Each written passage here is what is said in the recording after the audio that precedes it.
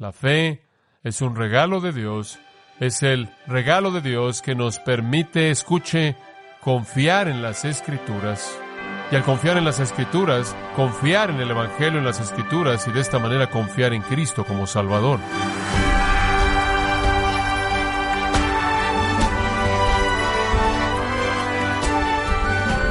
Qué alegría que nos acompañe en Gracia a vosotros con el pastor John MacArthur.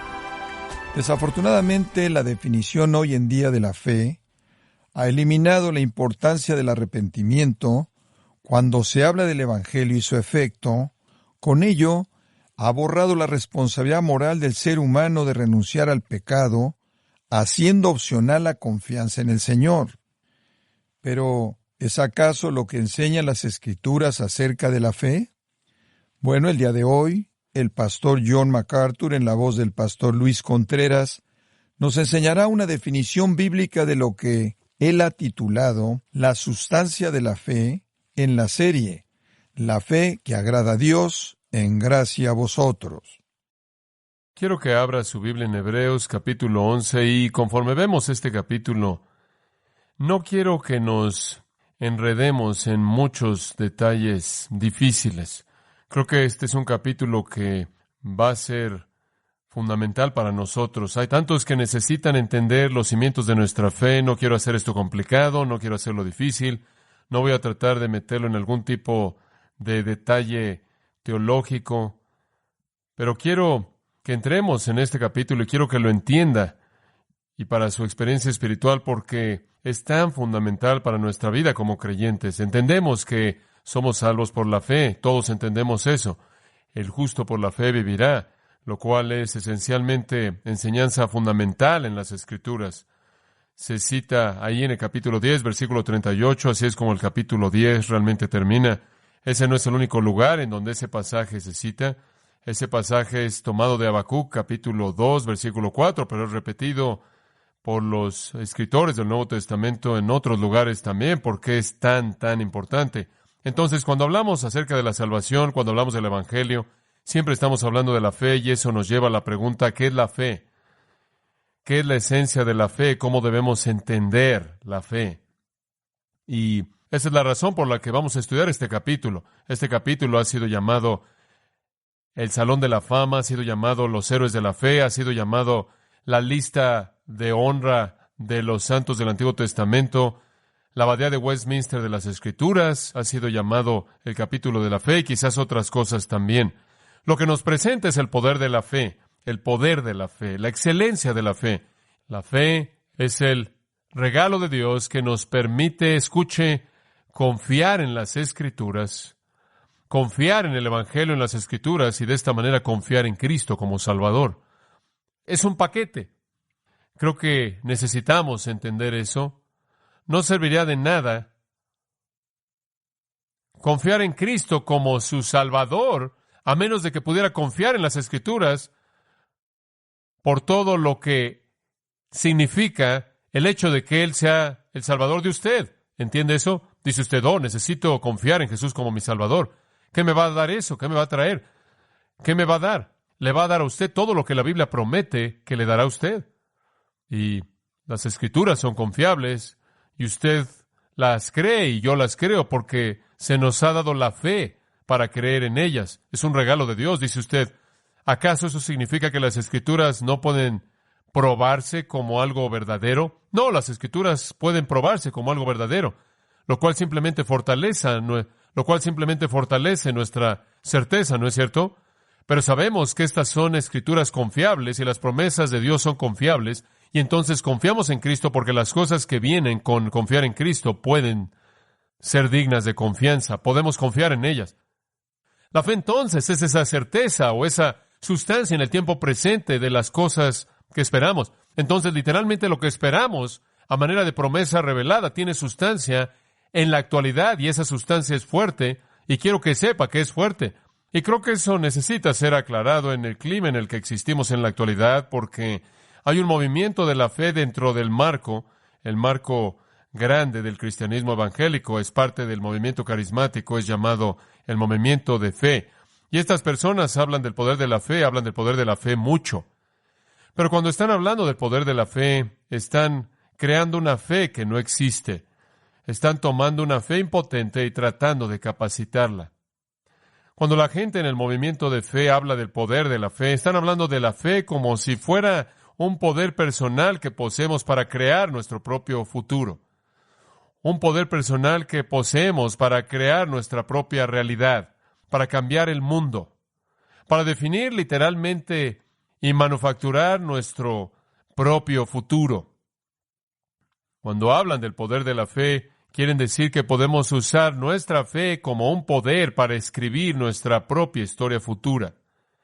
Literalmente podemos creer que las cosas son y que existan. Tenemos el poder de la fe que puede crear una curación. Tenemos el poder de la fe que puede producir una salvación. Tenemos el poder de la fe que puede cambiar cómo la gente nos trata.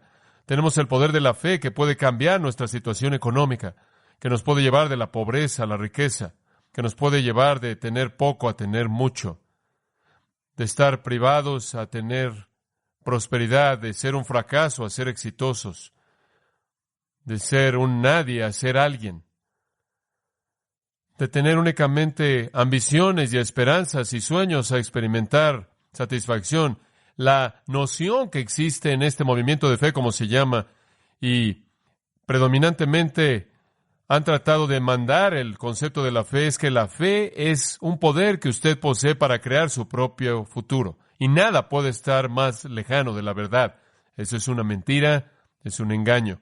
La fe no es un poder que usted posee para crear su propio futuro. La fe es una capacidad dada por Dios para confiar en el futuro que Dios le ha prometido a usted. Es una diferencia enorme, una diferencia enorme. No quiero escribir mi propio futuro, ¿usted sí? Realmente no quiero ser responsable por desarrollar mi futuro. No quiero ser responsable por determinar lo que mi futuro va a ser. Estoy más que contento de dejar eso en las manos de uno que me ama de manera perfecta y ha ordenado para mí un futuro que tiene propósito, es satisfactorio, placentero, glorifica a Dios y es eternamente bendecido. Estamos hablando acerca de la fe, no el tipo falso de fe que supuestamente puede crear su propio futuro, sino el tipo de fe verdadero que puede producir en usted una confianza en el futuro que Dios ha prometido para usted. Ese futuro está presentado en las Escrituras. Entonces, cuando hablamos de la fe, estamos hablando acerca de confiar en lo que Dios ha dicho. No confiar en que usted puede crear algo como si todavía no hubiera sido dicho, un futuro no escrito, que todavía no ha sido hablado, no revelado, sino que más bien creer en esa promesa que es presentada en las Escrituras, en toda su gloria y en todo su detalle, que le ha sido dada a todo verdadero creyente. De hecho, desde un punto de vista humano,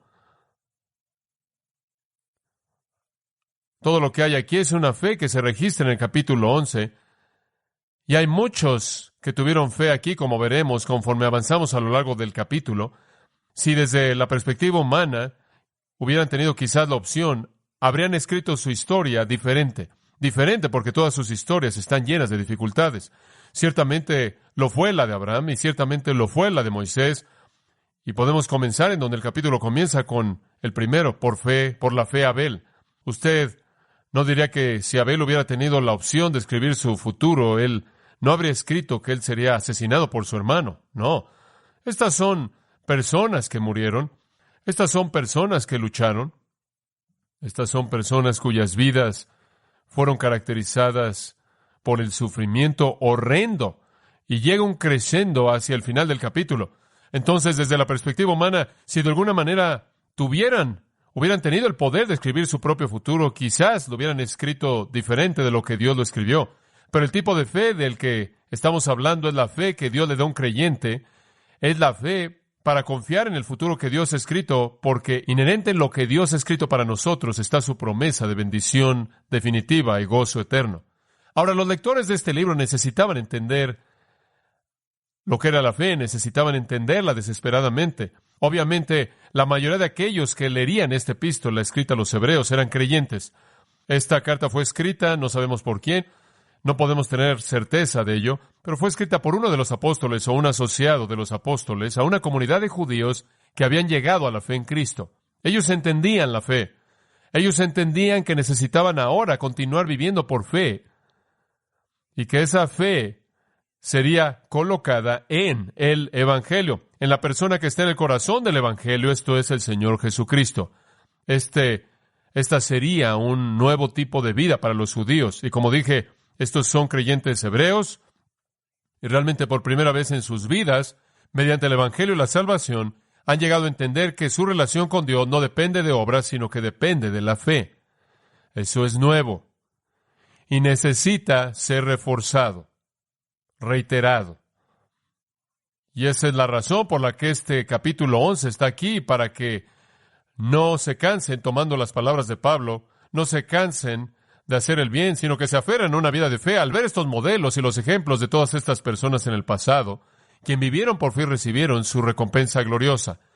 Pero es más que tan solo un capítulo diseñado para alentar a creyentes, a que los creyentes continúen caminando por fe. Recordará que a lo largo de los primeros 10 capítulos, el escritor se ha estado esforzando por presentar un punto primordial, y es que el nuevo pacto es superior al antiguo pacto, ¿verdad? Que Cristo es superior a todo lo demás. Jesús y su sacrificio es superior, completamente superior, a los sacrificios y a los animales en el antiguo sistema. Él es un mejor sacrificio, quien hizo una ofrenda mejor. Jesús es mejor que los ángeles.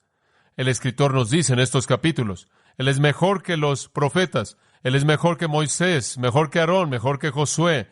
Él es un mejor sacerdote que los demás sacerdotes y que Él es de un mejor sacerdocio, un sacerdocio superior.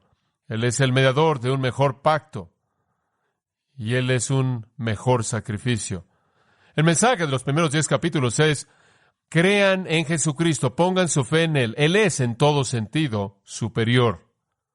Ahora esto refuerza para los creyentes que están recibiendo esta carta la superioridad de Cristo, la cual ya han afirmado en su voluntad por el poder de Dios. Ellos ya lo saben, han confiado en esa realidad.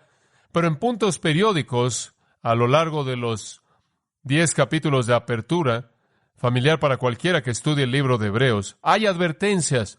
Hay por lo menos 4 de ellas, ya para cuando usted llega a este capítulo, y este capítulo constituye, por así decirlo, otra advertencia.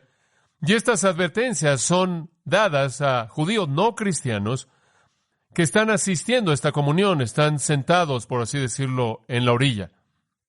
Aparentemente están convencidos intelectualmente del Evangelio, entienden la verdad del Evangelio en sus mentes, entienden el poder de la prueba de esa verdad mediante los milagros y señales y maravillas que fueron llevados a cabo por Cristo. Entonces podremos decir que están convencidos intelectualmente, están aferrándose de la orilla de esta comunión de judíos cristianos, pero realmente nunca han llegado a Cristo. Y están estas advertencias periódicas a no retroceder, a no regresar al judaísmo. Hay una de ellas en el capítulo 2, hay más en el capítulo 3 y 4, otra en el capítulo 6, otra en el capítulo 10. No continúen pecando deliberadamente después de que tienen el conocimiento de la verdad. Dice el capítulo 10, de lo contrario, traerás sobre ti mismo un juicio eterno mucho más severo. Entonces la advertencia es, llega de manera total, ven de manera total al nuevo pacto.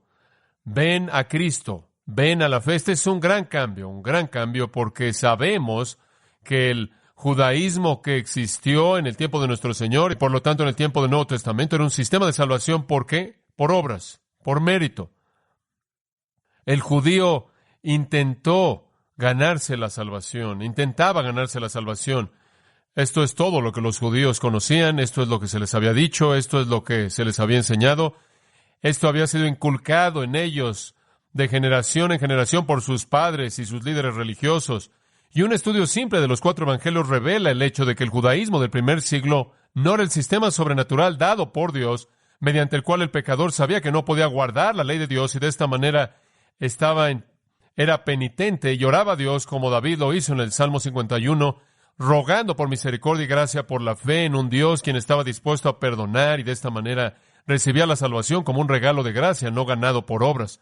El sistema había olvidado ya desde mucho tiempo atrás que la salvación era por la gracia, que Noé halló gracia a los ojos del Señor, que Abraham creyó y le fue contado por justicia, y ellos habían creado una secta religiosa construida sobre ética, construida sobre moralidad, construida en la ceremonia religiosa. La salvación venía a aquellos que observaban todos esos estándares éticos, todos esos deberes morales y todas esas ceremonias. Era necesario entonces enseñarle a estas personas la realidad de la salvación por la fe. Tenían muchas otras cosas que podían ver en términos de literatura del Nuevo Testamento para que fueran instruidos en esta área. Jesús dijo que la salvación era por la fe. Eso fue claro y no por obras. El apóstol Pablo lo presentó de manera abundantemente clara en Efesios 2, 8 y 9, porque por gracia sois salvos por medio de la fe. Romanos capítulo 3, capítulo 4, y a lo largo indica que la salvación viene por la fe únicamente. Las Escrituras están repletas de ese énfasis, pero los judíos estaban teniendo dificultad en ser reprogramados, podríamos decirlo de esa manera. Estaban teniendo dificultad en ser reprogramados, y entonces usted tiene que mostrarles algo que no sea el Nuevo Testamento. ¿Les gustaría aceptar esta realidad de salvación por la fe en lugar de que fuera por obras, viniendo de Cristo, viniendo de los apóstoles, viniendo de Pablo, viniendo de los escritores del Nuevo Testamento? Pero no es posible que pudieran haber otras ilustraciones de la salvación por la fe del Antiguo Testamento. Esto podría ayudarlos a cruzar esa barrera que parece ser tan imposible de cruzar para ellos, y esa es la razón por la que el capítulo 11 de Hebreos es escrito. Es escrito porque es una necesidad el probarle a los judíos que están convencidos intelectualmente que Jesús es el Mesías, que la salvación es por la fe, que la gente, no solo después de Jesús, sino inclusive antes de Jesús, eran salvos por la fe. Por la fe. Entonces, en el versículo 38 del capítulo 10, el escritor de Hebreos afirma la clave. Mas el justo vivirá por fe. El justo vivirá por fe. Esa es una cita directa de Habacuc, capítulo 2, versículo 4. El justo por la fe vivirá. Y Habacuc es un profeta del antiguo pacto. Y usted no puede retroceder de eso. Y si retrocediere, no agradará a mi alma, dice el profeta, versículo 39. Pero nosotros no somos de los que retroceden para perdición. No retrocedemos de esta salvación por fe en Cristo. Retroceder es terminar en destrucción, sino de los que tienen fe para preservación del alma. El ruego a lo largo de estas secciones de advertencia es: no lleguen a Cristo, se sienten en la orilla y después rechacen la salvación por la fe y retrocedan y regresen a su sistema antiguo de justicia por obras. Si ustedes retroceden, Dios no se agrada en eso y van a retroceder a la destrucción eterna.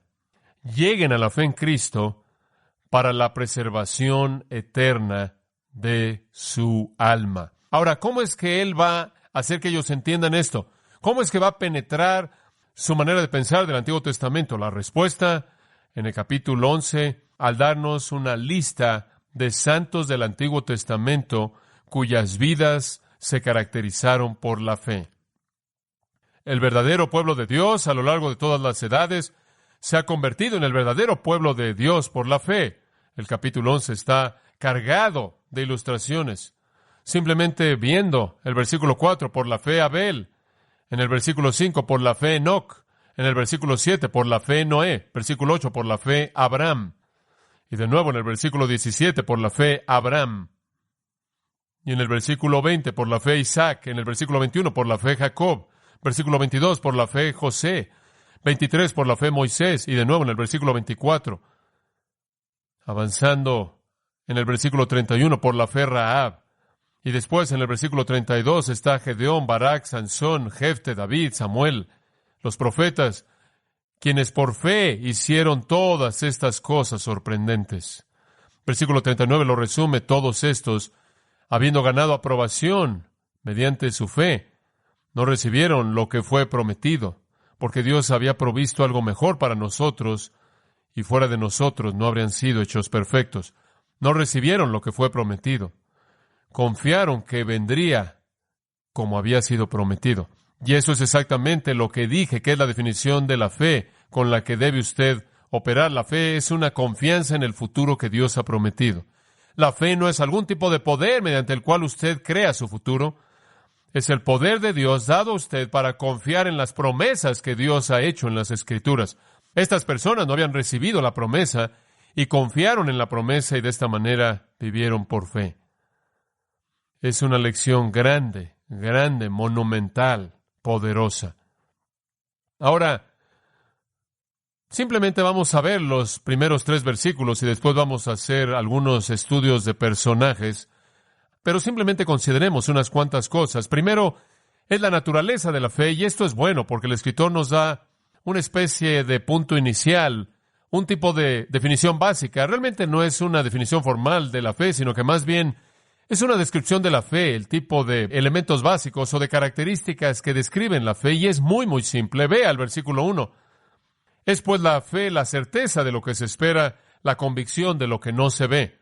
Entonces, lo primero que aprendemos acerca de la fe es que es confiar en lo que no es visible, es confiar en lo que no es recibido, es confiar en lo que no es experimentado, es confiar en algo que todavía no es manifiesto. La fe, la creencia, ese es un nombre. La palabra griega pistis es un nombre, significa creencia, confiar, confianza, fe. Y me encanta el hecho de que él usa un nombre porque enfatiza la realidad establecida de esto. Es algo que es poseído. Es algo que se posee. Ciertamente creer puede ser un verbo, pero estamos hablando aquí no de algún acto de fe, sino que estamos hablando de la realidad de una fe establecida. Existe como una realidad. Es un regalo de Dios. Efesios 2:8 dice, no de obras, viene de Dios. Y cuando Dios da esta realidad de fe, es la certeza de lo que se espera. Eso es lo que significa vivir por fe. No significa que vemos algo que queremos y lo hacemos existir. Significa que confiamos en algo que no es visto.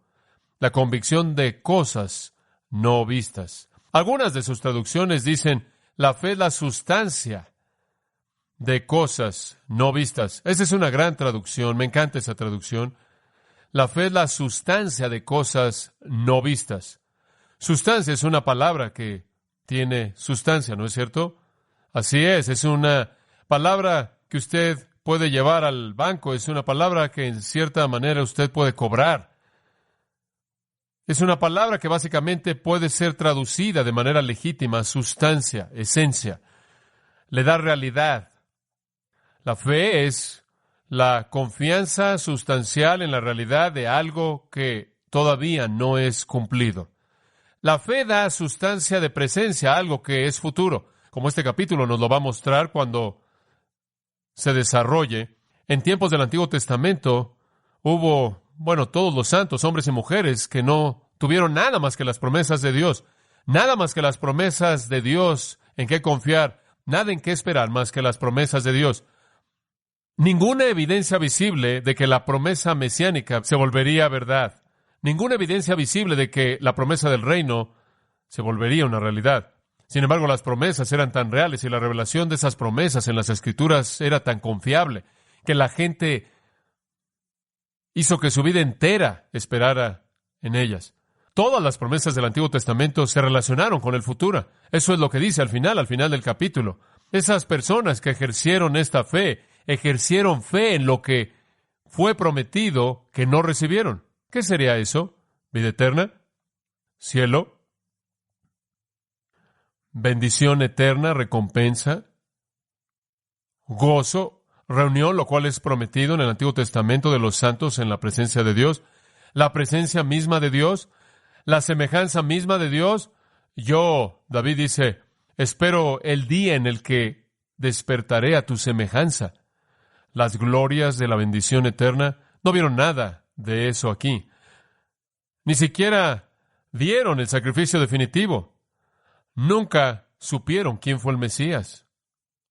fueron personas de fe, pero su fe estaba anclada en una revelación confiable de un Dios quien no puede mentir, y entonces su fe dio sustancia a la esperanza futura.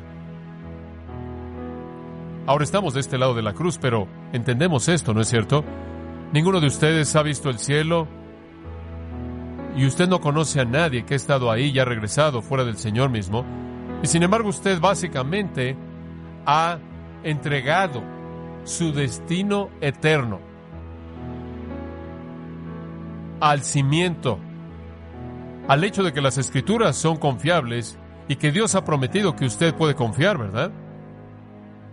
Y lo que eso ha hecho es crear una sustancia en el tiempo presente para una promesa futura.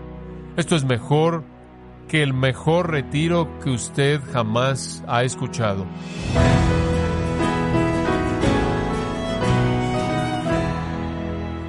Es así como el pastor John MacArthur nos enseñó que la fe no es un tipo de poder personal para moldear la realidad, sino la confianza en el futuro que Dios ha prometido.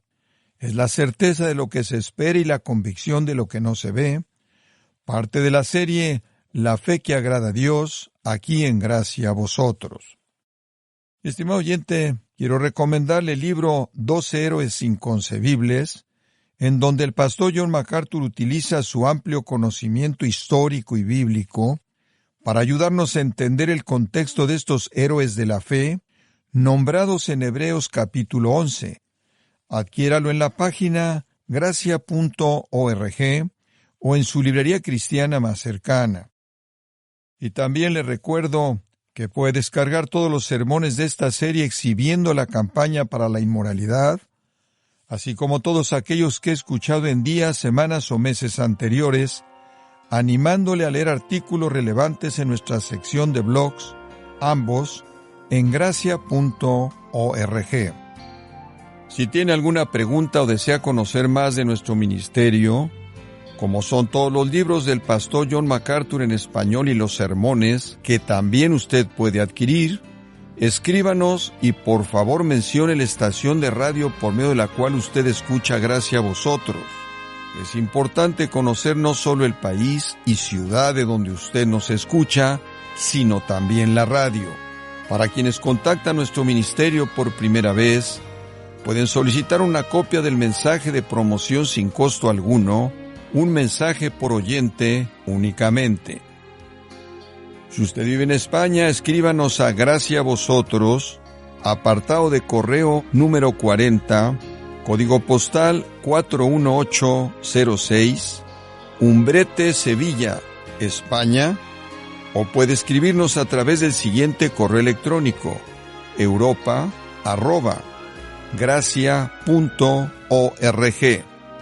Y queremos agradecerle desde el fondo de nuestro corazón su tiempo y sintonía, y en nombre de John MacArthur y del personal de este organismo, invitarle para que nos acompañe en la próxima edición, y así juntos continuar desatando la verdad de Dios un versículo a la vez, en Gracia a Vosotros.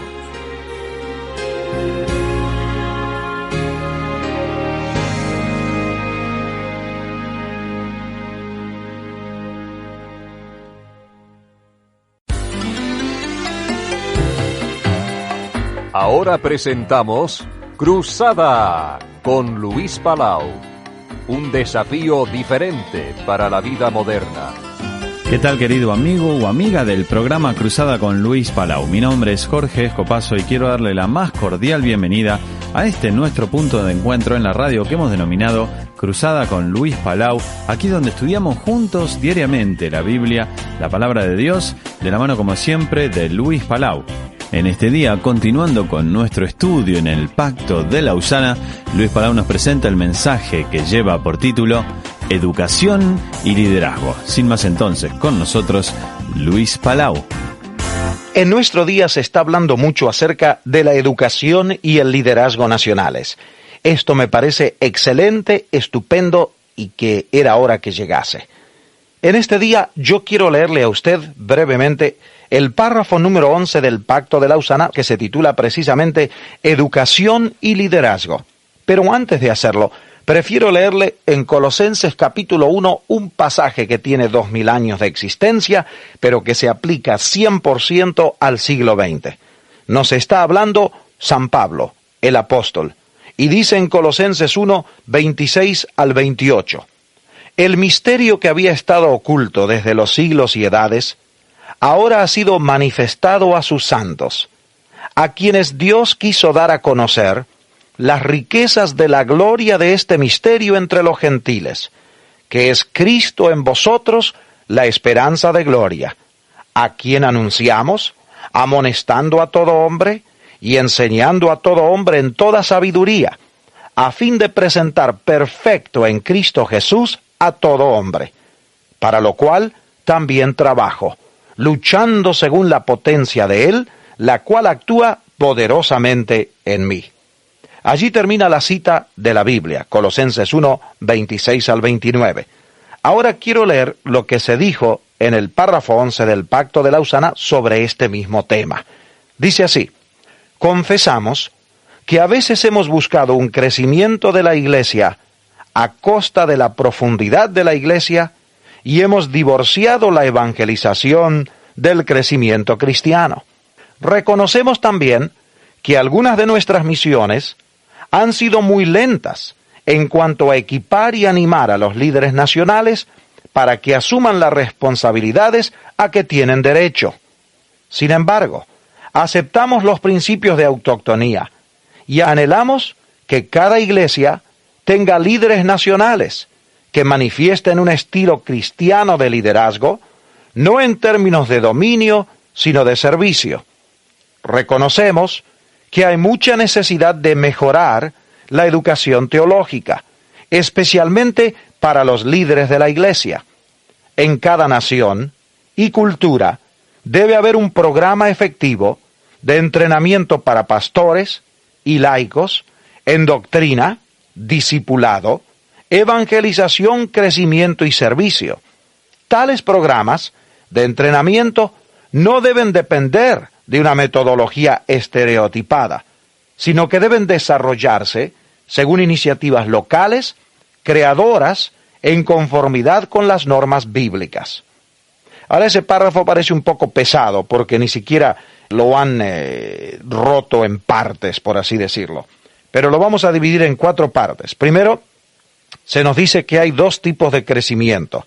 Y en un sentido me da pena que lo han puesto en forma tan negativa este párrafo, pero es que es una confesión. Dice que, según la confesión de los que la escribieron, que hay 2 tipos de crecimiento, el crecimiento numérico y el crecimiento espiritual de profundización, de maduración de la vida personal de los que se entregan a Cristo. Yo creo que los 2 crecimientos deben ir juntos, que no hay por qué divorciar la evangelización del crecimiento cristiano. Los 2 marchan juntos cuando los 2 se entienden bien. Usted, mi amable oyente, que sirve a Dios y que ama la obra, ¿está practicando ambos tipos? Hay algunas personas que pasan toda la vida queriendo hacer profundizar a la gente y jamás ganan un alma perdida.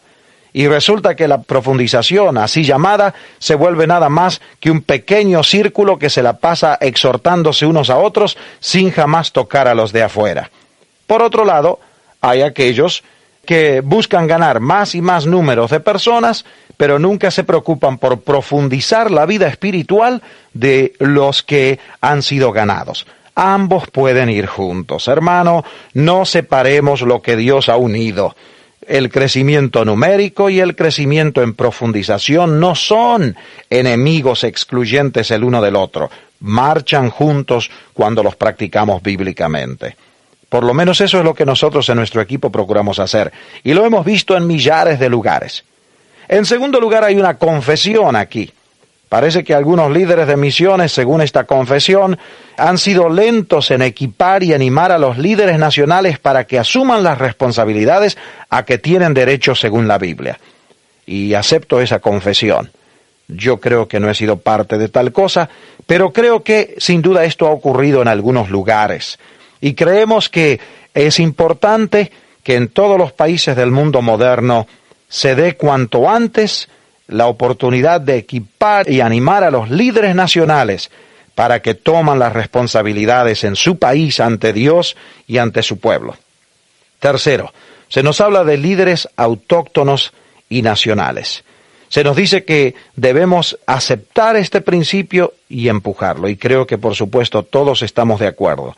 En este día moderno hay hombres y mujeres de Dios en todo el mundo de habla hispana que son responsables, que son maduros, a quienes Dios ya les ha dado el privilegio de los dones del Espíritu Santo, de estudio, de experiencias en la vida, y tienen la responsabilidad ante el pueblo de Dios, ante el Señor y ante el mundo entero, ante la gran nube de testigos de que se nos habla en Hebreos capítulo 11, de tomar las riendas y dirigir al pueblo de Dios con humildad en el nombre del Señor. Por último, el párrafo número 11 aquí, que se llama Educación y Liderazgo, nos habla de mejorar la educación teológica, especialmente para los líderes de la iglesia. ¿Qué quiere decir educación teológica? Sencillamente quiere decir, bíblicamente por cierto, mejorar el conocimiento de la palabra de Dios, mejorar la proclamación y la enseñanza de la palabra de Dios, mejorar el conocimiento de la sana doctrina que proviene de las Sagradas Escrituras, la santa palabra de Dios. Y la Biblia nos dice en el libro de los Efesios, capítulo 4, versículos 11 y 12, que Jesucristo mismo constituyó a unos apóstoles, a otros profetas, a otros evangelistas, a otros pastores y maestros, a fin de perfeccionar a los santos, para la obra del ministerio, para la edificación del cuerpo de Cristo, hasta que todos lleguemos a la unidad de la fe y del conocimiento del Hijo de Dios, a un varón perfecto, a la medida de la estatura de la plenitud de Cristo. Aquí se nos habla en la Biblia lo mismo que nos dice el Pacto de Lausana, por supuesto, que es nuestra responsabilidad, la mía y la suya, mi amable oyente, de crecer personalmente nosotros, luego de edificar nuestra propia familia, luego la iglesia local a la cual pertenecemos, y por último, donde quiera que el Señor nos lleve, nuestra responsabilidad es estimular el entrenamiento y la mejoración bíblica y educacional y teológica de todos los siervos de Dios, tanto para pastores, maestros y evangelistas. Y eso en la doctrina y en el discipulado, en la evangelización y en el servicio al Señor. Y cuanto antes podamos edificar a los jóvenes y a los adultos que van a guiar al pueblo de Dios, tanto más maduro va a ser el pueblo de Dios, y tanto mejor para nuestro país, para nuestro pueblo, para las iglesias que aman el nombre del Señor Jesús, cuando haya líderes maduros que, conociendo la palabra del Señor, la prediquemos y la practiquemos. Que así sea. Para ponerse en contacto con Luis Palau y hacerle llegar sus comentarios o sus preguntas, le puede escribir a la dirección de correo electrónico consejos@luispalau.net. consejos@luispalau.net. Llegamos así al segmento musical de nuestro programa. Hoy nos acompaña la agrupación Salvador con la canción Un día a la vez. Necesitado me encuentro, Señor, ayúdame hoy, yo quiero saber lo que debo hacer. Muestra el camino que debo seguir, Señor, por mi bien, yo quiero vivir un día a la vez. Un día a la vez, mi Cristo, es lo que pido de ti. Dame la fuerza para vivir un día a la vez. Ayer ya pasó,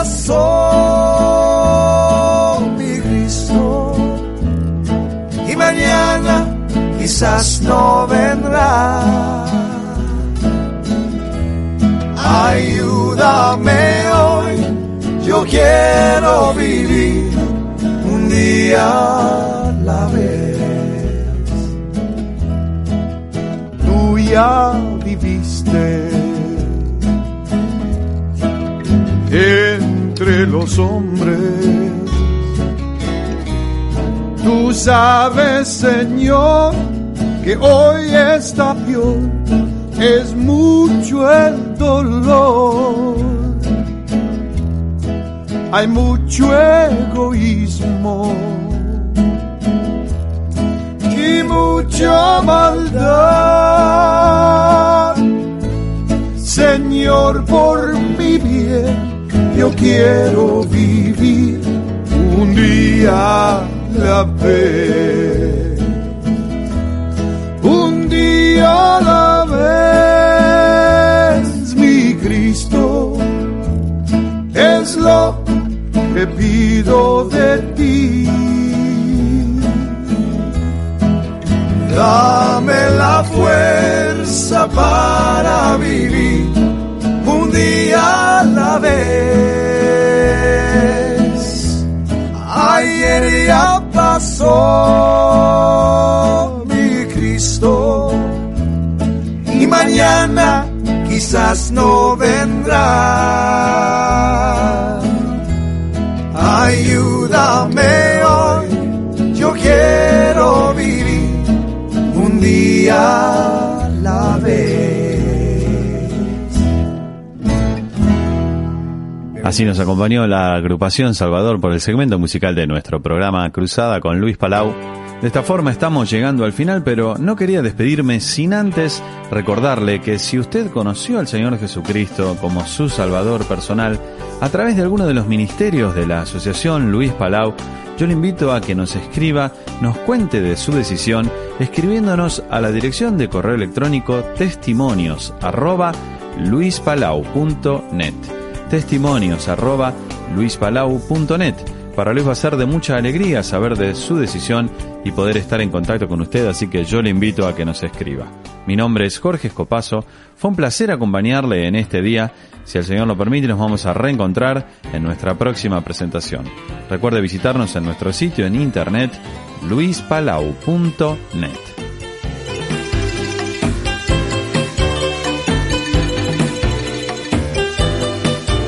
Amigos oyentes, muchas gracias por su fina sintonía al programa de este día. Les estaremos esperando muy pronto para el próximo programa Cruzada con Luis Palau. Hasta entonces, recuerden las palabras de nuestro Señor Jesús. Felices los de corazón limpio, pues ellos verán a Dios.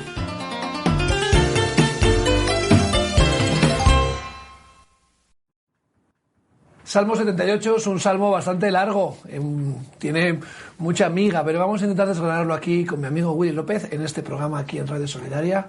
Espero que te interese y que te quedes con nosotros. ¿Qué tal, Willy? ¿Cómo estás? Pues muy bien, la verdad es que muy bien. Ahí disfrutando ahora del tiempillo así medio londinense que va haciendo. Sí, que viene bien. Y bien, y tirando para adelante. Sí. Que no es poco.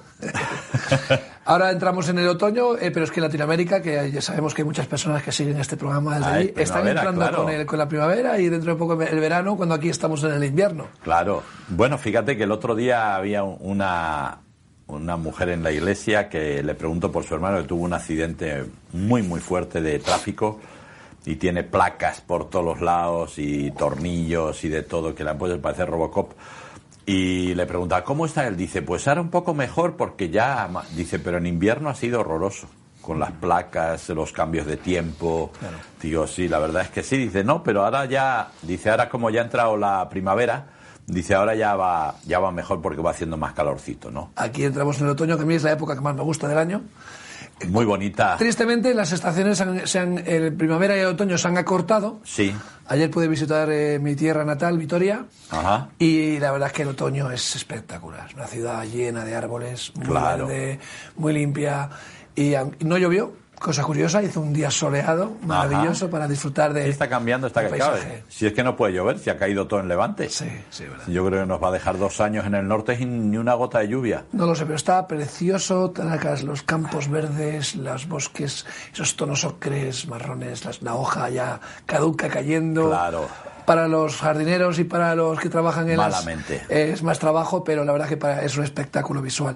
Qué maravillosa, ¿no? La creación, ¿no? Y qué variedad, qué variopinto, ¿no? Y todo, la verdad que cuando ves la creatividad de Dios, ¿no? Uno tiene que rendirse a la mente creadora y creativa, ¿no? De un ser superior que nos ha puesto con tantos matices y tanta riqueza visual y de todo tipo, ¿verdad?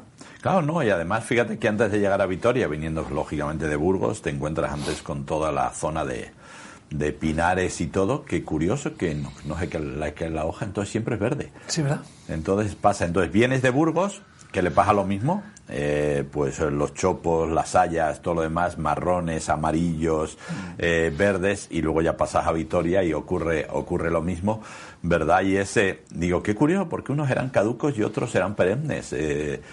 ¿Por qué Dios diseñó así? ¿No?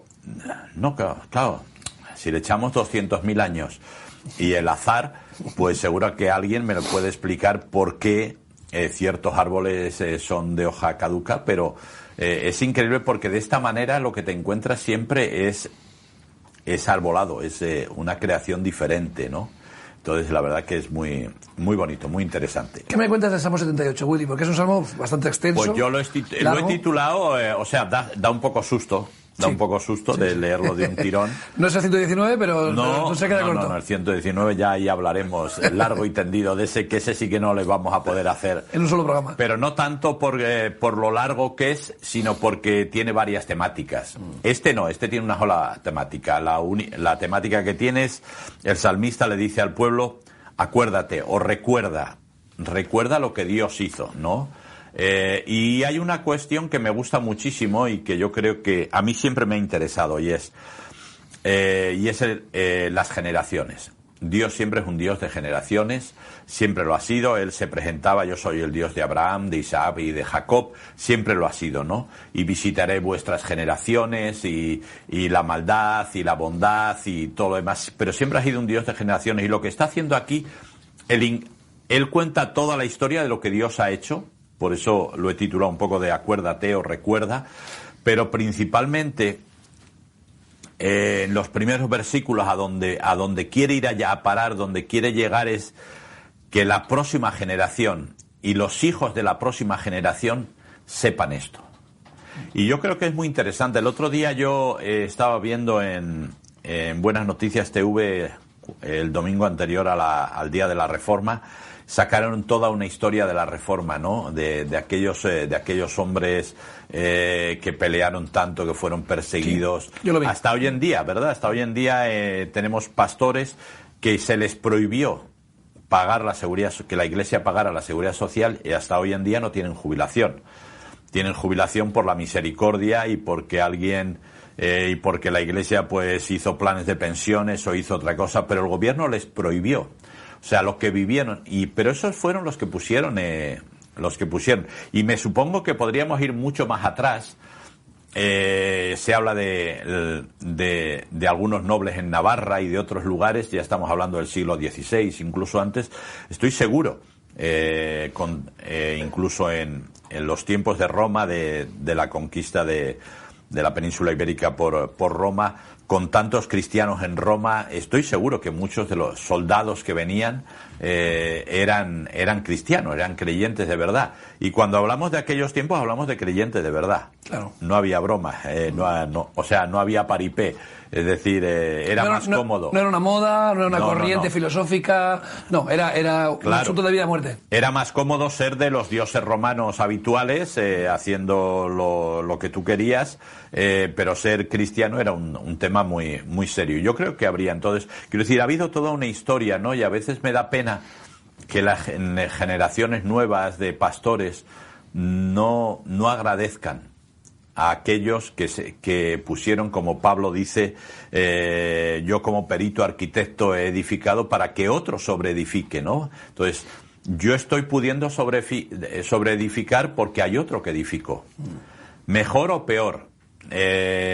No había baterías, no había guitarras, no había nada. El famoso himno de color azul o de otro color, con esos himnos tan grandilocuentes, ¿verdad? No había tanta marcha, no había tanto ritmo latino en las iglesias, pero aquella gente es la que edificó, ¿no? Y yo creo, y el Salmo 78 va por ahí, va diciendo, acordaros que la generación siguiente lo sepa. Y dice, aunque dice que vosotros fuisteis una generación rebelde y contumaz, es decir, vosotros pasasteis de Dios olímpicamente, pero sí conocéis los hechos. Hemos hablado de esa palabra, contumaz. Claro. Contumaz es una palabra que hoy en día no está muy está en la boca de muchos. No, espero que la RAE la contemple todavía. Todavía seguro que sí. Entonces, pero es muy interesante ver cómo el salmista donde quiere ir a parar es, nunca habéis cumplido con Dios. Siempre habéis sido rebeldes, siempre habéis hecho lo que os ha dado la gana. Pero, por favor, como conocéis los hechos, que la siguiente generación y los hijos de la siguiente generación sepan estas maravillas que Dios ha hecho, ¿no? Y ahí empieza el salmista a relatar, hace todo un relato súper interesante desde el primer palo gordo, y es cuando fueron los arqueros que dieron la espalda en la batalla y dejaron tirados al pueblo de Israel y no quisieron pelear. Hasta luego, pues, cómo Dios les abrió la peña, les dio agua, y entonces va haciendo un ten con ten en cuanto a Dios hizo esto por vosotros y vosotros reaccionasteis así. Dios hizo esto por vosotros reaccionasteis así, ¿no? Y entonces menciona pues todo el tema del maná, todo el tema del agua que brotó de la peña, las codornices, etcétera, etcétera. Entonces es un salmo que si te pones se lee bastante bien porque es muy dinámico recordando cosas, ¿no? Entonces, es muy interesante y tiene una sola temática. Eso es, porque el recordatorio que Dios hace al pueblo y nos hace en nuestra vida no es para restregarnos. La palabra dice que Él no nos avergüenza, ¿no? En realidad no viene con una intención de decir, te voy a reprochar. Él no reprocha, dice, yo quiero mostrarte para que no cometas los mismos errores. Quiero que tengas fe que cuando tú creías que yo no estaba ahí, estaba. Que durante toda tu historia te guardé, ¿no? Entonces cuando el profeta dice, mira de la piedra donde te he sacado, de la cantera donde te he sacado, ¿no? No está diciendo que mira que eras un miserable, que no vayas para nada, yo ahora eres alguien gracias a mí. No. Es el milagro que Dios hizo en tu vida, como Dios, aquí está claramente, ¿no? Retratando el desierto, el abrir el Mar Rojo, tantas cosas que Dios hizo por el pueblo de Israel. Eso tiene que producir una fe, ¿no? En nosotros, ¿no? Dice, oye, Dios lo ha hecho antes, lo puede volver a hacer. Sí, pero por eso te digo, pero fíjate que es curioso, y luego ya veremos más adelante cómo termina el Salmo, que es una forma de terminar muy curiosa, porque pasa a ser un salmo mesiánico. De ser un salmo normal, quiero decir, en cierta manera, pasa a ser un salmo mesiánico. Pero eso lo dejaremos para más tarde, porque los versículos finales son muy interesantes de cómo Dios cambia quien tendría que haber sido tal vez el primogénito, a quien Él escogió para que de ahí viniera David, etcétera, etcétera, ¿no? Pero volviendo un poco al Salmo 78, yo creo que esta es una de las cosas que más daño. El otro día lo hablábamos tú y yo, ¿verdad? Cómo la sociedad occidental ha perdido el cariño por los mayores. De hecho, yo le digo a mi esposa, yo no sé qué está pasando. Entre la pandemia, que principalmente cayeron los mayores. Digo, ahora en la Dana, la mitad de los que han muerto son mayores de 70 años. La seguridad social a partir de cierta edad ya no te hace pruebas. O sea, ya si tienes algo te mueres. Punto. Es como si le tuviéramos poco respeto, poco cariño a los mayores. Y los mayores, pues, ya digo, tienen su forma de pensar, tienen sus historias.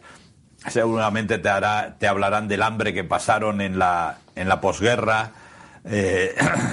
Los más mayores, los más mayores del ruido de las bombas y de todo lo demás. Pero están ahí, trabajaron y consiguieron que el país se mantuviera.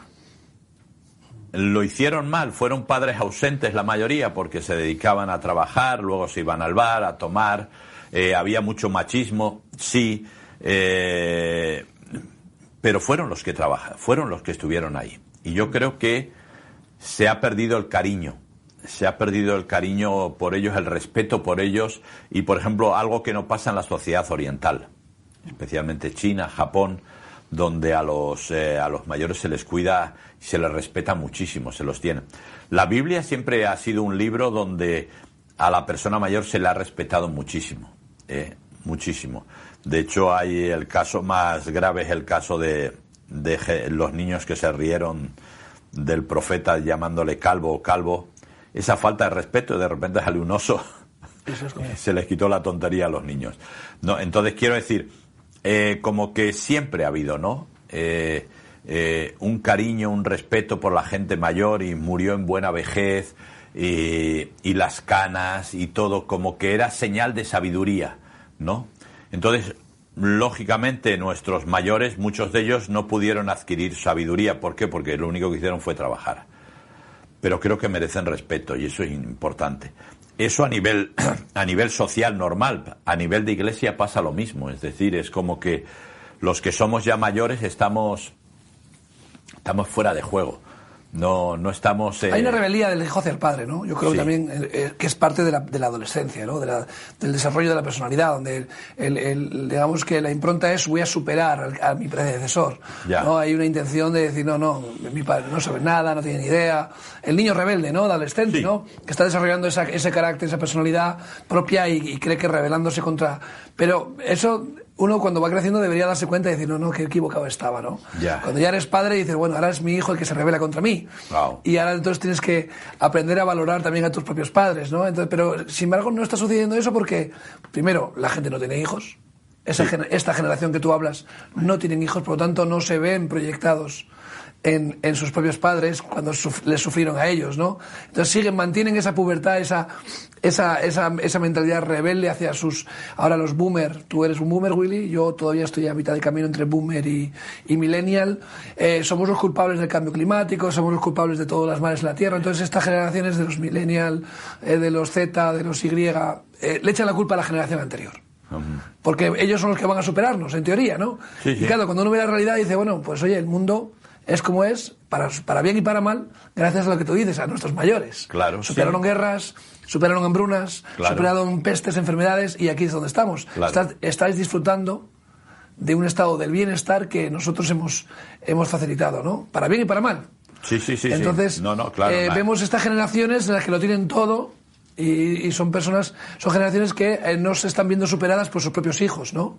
Que es la naturaleza. Los hijos deben de ser superar a los padres, no los padres a los hijos, ¿no? Como dicen, o es al revés, no sé. Claro. Pero vamos, que me refiero que eso es un poco la sociedad que estamos creando, ¿no? Personas egoístas, personas que creen que son autosuficientes cuando no es verdad, porque estamos todos dependemos de los demás, y de que no valoran lo que les ha traído hasta aquí, ¿no? Y que nuestros mayores nos han traído hasta aquí, para bien o para mal, y es lo que hay, estamos aquí. Sí, no vamos a hablar de perfección, es decir, yo mi padre sé lo que fue, ¿entiendes? Pero le estoy agradecido a él, es decir, le estoy agradecido por lo bueno, que hubo mucho malo, entonces tampoco podemos pedir peras al olmo, es decir, estamos hablando de un país que viene de una guerra civil, donde se implanta un tipo de gobierno, pero sobre todo el gran problema es que España queda totalmente aislada por su régimen político de Europa y de todos los lados. Por lo tanto, exportaciones, importaciones cero, trabajando el sector primario, ganadería, agricultura, el que tenía eso bien, y el que no, pues nada, a las grandes ciudades, hacinaos, intentando ganar un poco de dinero para llevarlo a casa, porque eso sí lo tenían claro. Ellos tenían que cuidar de su familia y tenían que cuidar la casa. Entonces es algo que es interesante que no perdamos de vista. Por eso el salmista llama a los padres y les dice: vosotros que visteis cómo golpeó la peña y salieron, dice, fuentes como abismos. O O sea, no es que cayó un chorrito, no. Fuentes como abismos. Vosotros... Dar de beber a 1,5 millones de personas, claro, 2 millones de personas. Claro, entonces, más los ganados. Más los ganados. Y todo, entonces, luego, vosotros que visteis cómo Dios le provocasteis, ¿verdad? Y le dijisteis, ¿qué? ¿Tú eres capaz de poner mesa aquí en el desierto? Y le provocasteis porque se supone que si Dios os había sacado de Egipto, os iba a cuidar y os iba a llevar a la tierra prometida, porque eso, Dios promete y Dios no es hombre para que mienta. Entonces, pero aún más todavía, Dios dice que aún la provocación traerá carne para el pueblo, pero todo esto provocando. Estamos hablando de un tono irónico, de un tono un poco provocador hacia Dios, ¿no? Y aún así Dios dice que levantó los vientos, las nubes de arriba, las nubes de abajo, y les dio pan de nobles. De hecho, dice que el maná, que tiene eso de sabor como de hojuelas con miel y no sé qué, ningún cocinero en el mundo, y lo han intentado, montones, ha sido capaz de hacer maná. También, lógicamente, es difícil hacer una comparativa, ¿no? Pero... fíjate que llama trigo de los cielos. Ahí, trigo de los cielos. Trigo de los cielos, dice. Hizo llover sobre ellos el maná para que comiesen, y les dio trigo de los cielos. Pan de nobles comió el hombre, les envió comida hasta saciarles, ¿no? Movió el solano en el cielo y trajo con su poder el viento sur, e hizo llover sobre ellos carne como polvo, como arena del mar, aves que vuelan. Fíjate, que hizo caer en medio del campamento alrededor de sus tiendas. Comieron y se saciaron. Cumplió pues su deseo. No habían quitado de sí su anhelo, aún estaban con la comida en su boca cuando vino sobre ellos el furor de Dios. Y fíjate, ¿no? O sea, volvemos a lo mismo. La falta de respeto a Dios es la falta de respeto al más anciano de los ancianos. Claro. O sea, si nuestro mayor es Dios, el rebelarte contra Dios no va más que en tu contra. Hay gente que cree que son muy facheritos, ¿no? Por insultar a Dios, por blasfemar. Dice, no, perdona, a Dios no le ofendes. No. Estás tirando ascuas sobre tu cabeza. Claro. O sea, realmente es algo que te va a escupir. O sea, si escupir hacia arriba te va a caer encima. Claro. Entonces, mucha gente cree que está de moda, ¿no? Faltar al respeto a Dios, blasfemar, y como que es algo que te posiciona como... No suele ser buena idea, ¿no? No, y además tenemos que tener una cosa. Quiero decir que Dios no es hombre, o sea, para que tú le ofendas. Si tuvieras la capacidad de ofender a Dios, vamos, serías increíble, ¿no? Pero no tienes esa capacidad de ofender a Dios. Aquí el problema del pueblo de Israel fue que, conociendo a Dios, porque luego va a relatar todo lo que Dios ya había hecho antes, cómo lo sacó de Egipto, cómo pasaron el Mar Rojo, cómo llegaron a Sinaí, etcétera, etcétera, etcétera. O sea, quiero decir que todo eso... luego esto es de los 40 años en el desierto, cuando Dios, que encima Dios dice, es que no vais a tener que ir a buscarlo, os lo traigo a casa. El maná caía alrededor de las tiendas, de las jaimas, y las codornices o las aves voladoras, ¿verdad?, cayeron alrededor. O sea, solo había que salir a por ellas. Ahora, ¿dónde estuvo el pecado del pueblo de Israel? En provocar. Vale, o sea, yo te doy lo que tú pides, pero estás provocando. Al pueblo de Israel le va a pasar lo mismo cuando quieren elegir rey. Es decir, provocaron a Dios. Pero Dios dijo, ¿queréis rey? Pues ahí tenéis rey. ¿Sabéis lo que va a pasar, no? Se va a enseñorear de vosotros y va a hacer con vosotros lo que os da la gana. Y eso es lo que pasó. Luego el pueblo de Israel se quejaba, gritaba, pataleaba, le pedía a Dios, pero es lo que habéis elegido vosotros. Es lo que elegisteis vosotros, yo ya os dije lo que iba a pasar. Entonces, aquí ocurre igual, es decir, estás provocando a Dios, y entonces dice, bueno, pues ahí vamos a ver. Has comido tanta carne que vas a tener una indigestión, pero una indigestión seria, porque dice que los más robustos y los más fuertes y los más escogidos del pueblo de Israel fueron los que cayeron primero. Es decir, pero no por la comida, sino por el hecho de provocar a Dios. Es decir, entonces, seguramente Dios no lo hubiera hecho con otro pueblo, pero el pueblo de Israel era la niña de sus ojos. Él lo había sacado para ser luz a las naciones, para demostrar a las naciones que se podía que podía subsistir una nación teocrática, donde el gobierno estuviera hecho por hombres, pero respaldados por Dios. En todo momento, que fuera Dios realmente el que hablara, el que saliera por ellos a la batalla, etcétera, etcétera, etcétera. Entonces, pero es muy interesante ver esto, es decir, cuidado cuando provocas a Dios, cuando provocas a Dios, que el tema es muy serio. Y entonces, mira, relata también lo que pasó en Egipto. Fíjate, el castigo de Dios para con Egipto, por no querer obedecer a Dios. Claro. No dejar al pueblo irse, ¿no? Y Dios, fíjate que Dios dijo, no voy a endurecer su corazón porque todavía tiene que resistir, o sea, se resiste contra mí, pues toma dos tazas, ¿no? Es como el ateo que cree que por ser ateo, pues mira, ahora vas a ser más ateo todavía. Te voy a impedir, te voy a endurecer el corazón de tal manera que aunque quieras no vas a poder creer, ¿no?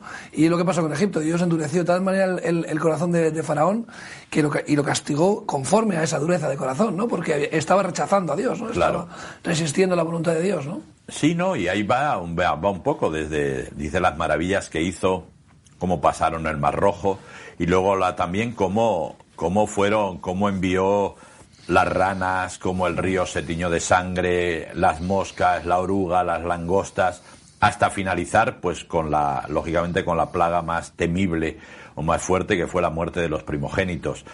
Es decir, todo eso Dios lo hizo por el pueblo de Israel, por ese pueblo contumaz y rebelde. Sí. Es decir, por ese pueblo que, además, dice, es muy curioso porque siempre la gente, no, es que el pueblo de Israel, aquí lo hemos hablado muchas veces, no. La Iglesia no es mucho mejor, no se comporta mucho mejor que el pueblo de Israel, ¿verdad? Y dice que el pueblo de Israel, de labios, le decía sí, qué bien, piropos. todo, sí, Dios, pero su corazón estaba lejos. Es mentira. No, y Dios lo dice, no, este pueblo de labios me honra, pero su corazón está lejos de mí. Sí, así es. Y es una advertencia.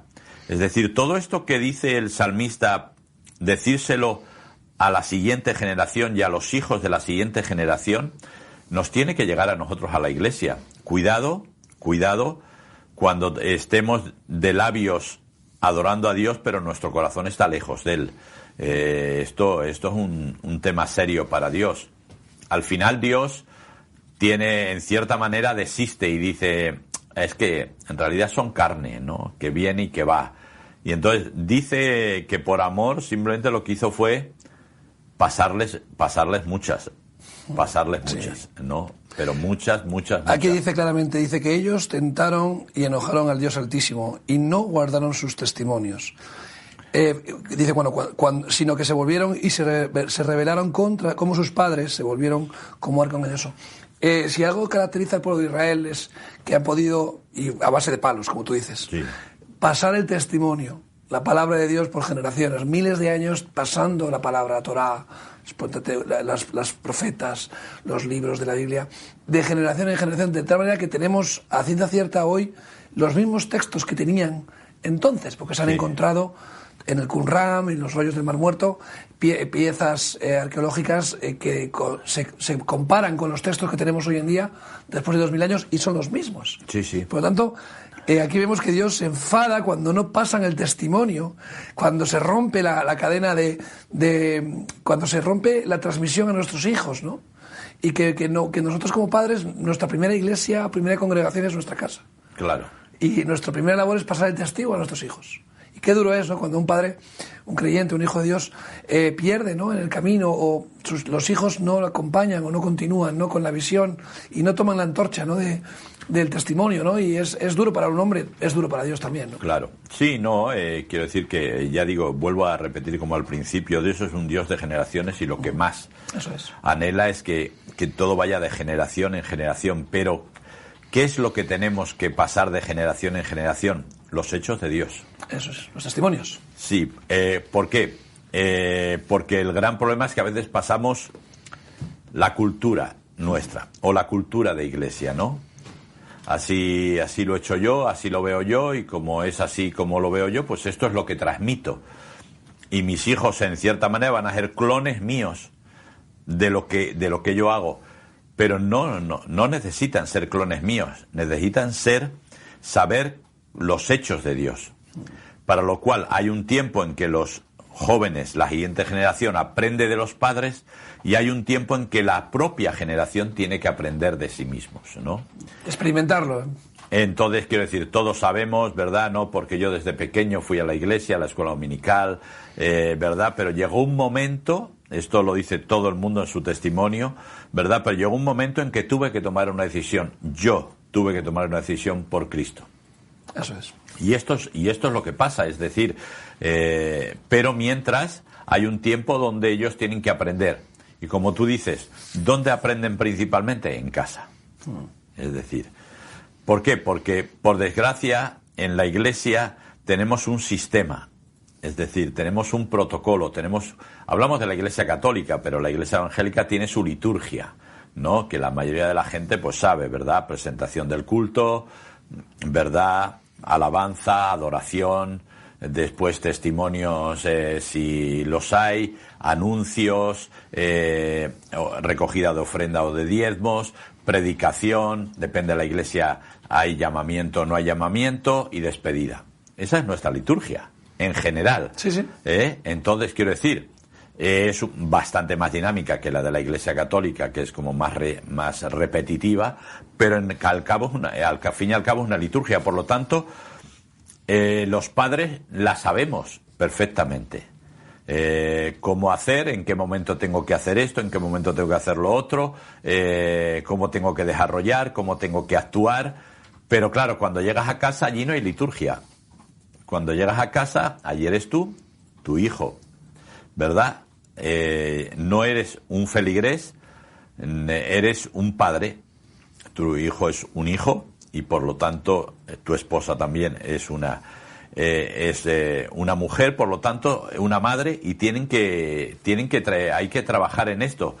¿Por qué? Porque la mayoría de los jóvenes que al final dejan al Señor, lo que te dicen es que mi padre era en la iglesia de una forma y en casa era de otra. Principalmente los padres. Entonces, esto lógicamente me llevó a pensar que tal vez no era tan. Y esto es un poco lo que el salmista le quiere decir a esa generación: por favor, pero aun siendo como sois, que no hacéis más que provocar a Dios, más que decir cosas de labios para acá, para allá, pero por favor, contarle a la siguiente generación los hechos de Dios, porque los hechos de Dios, el testimonio de Dios, ese es inamovible, ese está ahí. Lógicamente, los judíos, yo me alegro de una cosa, y es que son muy fieles a la hora de la transmisión. Se acostumbraron a hacer transmisión oral, y son muy fieles a la hora de esto. Posteriormente, cuando hicieron los escritos, fueron todavía más fieles. Todos conocemos la normativa de si hay 2 fallos se repite, si hay 5 fallos se quema y se tira y se hace uno nuevo, etcétera, etcétera. En ese sentido yo creo que los españoles somos un poco más dejados para eso. Desde si no tiene muchos, tiramos para adelante con ellos, siempre y cuando que se entienda, ¿verdad? Pero es importante que no olvidemos esto, y es importante que... ¿Por qué? Porque la sociedad está encerrando al cristianismo en las iglesias, y por lo tanto está encerrando a nuestros jóvenes. Nuestros jóvenes tienen un hándicap muy fuerte a la hora de desarrollarse en la sociedad, por cómo la sociedad es de permisiva, por dónde te quiere llevar, por dónde quiere que vayas. Entonces, lógicamente, donde tú te vas a fortalecer es en la iglesia. ¿Cómo te vas a fortalecer? Cuando la gente te cuente los testimonios de Dios. No las historias nuestras de las personas, sino los testimonios de Dios, ¿no? Y yo creo que esto es importante. Es curioso que aquí pareciera que está dando por perdida una generación y apostando por la siguiente, ¿no? Y a veces, no es que yo se le dé por vencido, pero hay un plan B. A veces dice, mira, lo vemos, ¿no?, en algunos textos que dicen, oye, pues si tú no dieras testimonio, hasta las piedras darían testimonio, ¿no? O sea, quizás llega un momento en el que Dios dice, no, tuvo que quitar de en medio y castigar duramente para que continuara el testimonio, porque una de las cosas que nos dice la palabra es, dice, oye, si eres ocasión de tropiezo, es mejor que te quites de en medio.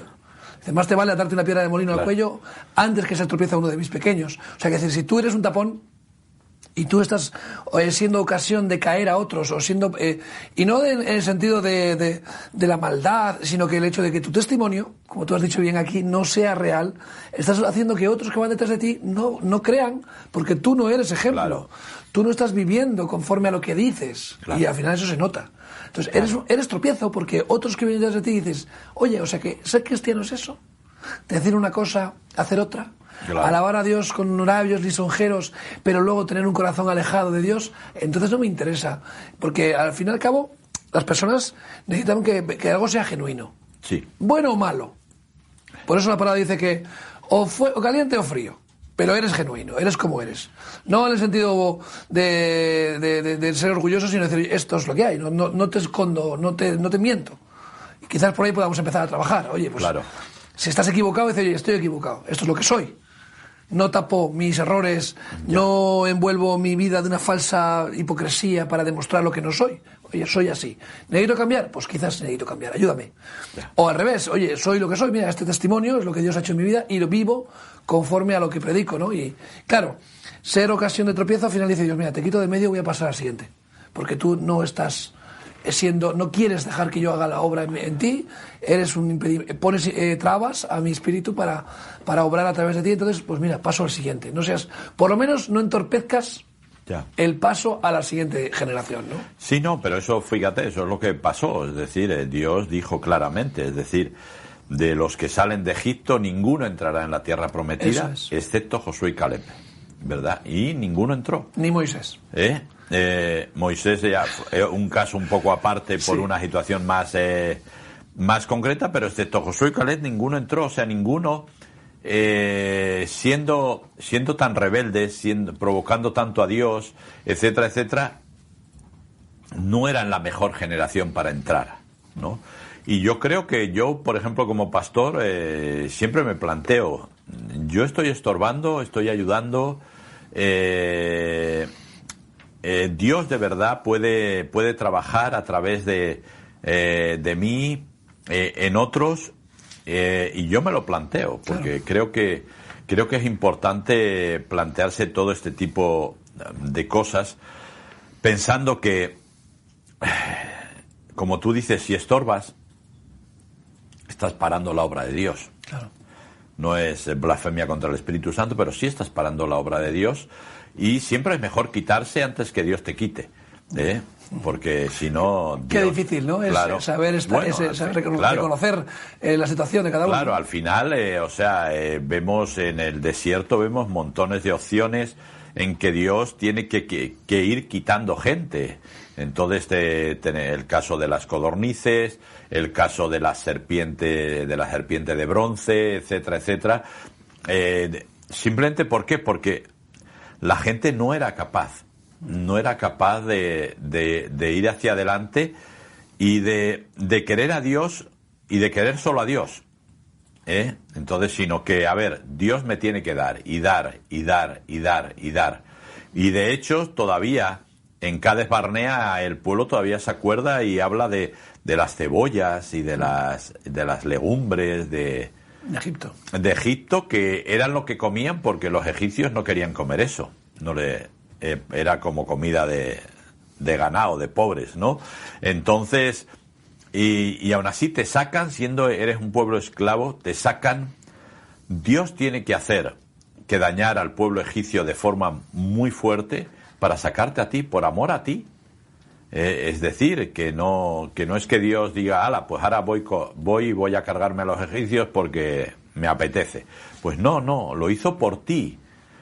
Si el faraón hubiera dicho desde el principio, venga, iros, no hay ningún problema, ya está, pues seguramente muchas de las plagas no hubieran aparecido, claro. Y sobre todo la última nunca hubiera aparecido y nunca hubiera estado ahí.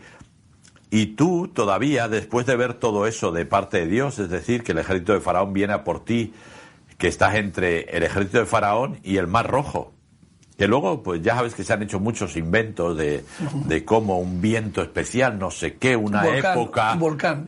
No sé qué, no sé cuánto. El caso fue que cuando Moisés levanta la vara, se levanta un viento fuerte y pasan en seco. O sea, o sea, todas las demás teorías que yo he escuchado pasas en mojado, pero aquí pasan en seco. Es decir, yo no sé, pero yo si estuviera allí me quedaría alucinado. O sea, Señor, ¿esto qué es? O sea, después de todo lo que has hecho, porque además salimos de Egipto ricos. No como dice la gente por ahí, dice, no, es que Dios permitió que le robaran a los egipcios. No es verdad. Dios nunca permitió que le robaran a los egipcios. Fueron los egipcios los que les daban las cosas para que se fueran. Sí, porque habían identificado claramente que la causa de sus males era que Israel no había salido. No, y que después de la plaga de los primogénitos, la siguiente no sé cuál iba a ser. Así que los egipcios les dieron las cosas. Nunca el pueblo de Israel robó absolutamente nada. Llegas ahí y llegas a Sinaí, mientras Moisés está con Dios, ya empiezas. O sea, ya empiezas. Becerro de oro.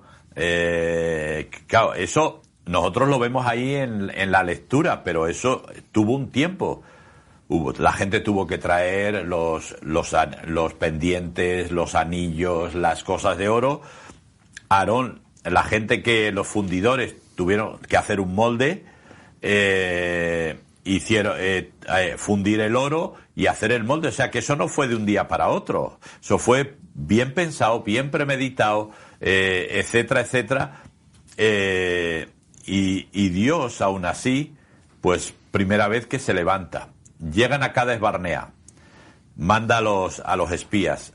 Los espías, dos de ellos dicen, bueno, hay gente grande, hay ciudades fortificadas, sí, pero mira los frutos, que traemos un racimo de uva entre dos. Pero 10 dijeron que no, y Dios otra vez tiene que decir, ¿qué hacemos, no? O sea, y todo esto estamos hablando en un periodo de 1 año y 3 meses, ¿eh? Sí, sí. No estamos hablando de un periodo grande, desde que Dios los saca de Egipto hasta que llegan a Cades Barnea, con lo cual estamos hablando de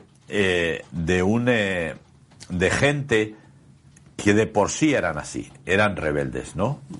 Y a mí esto lo que me enseña es, Señor, ¿y yo qué? ¿Soy rebelde? Soy mejor. Digo, igual soy como Janet, soy rebelde porque el mundo me ha hecho así, porque yo creo que no soy mejor que el pueblo de Israel. Es decir, yo he visto maravillas, he visto testimonios de Dios muy fuertes en mi vida, en la vida de la iglesia, en la vida de mi familia, y aún así todavía dudo.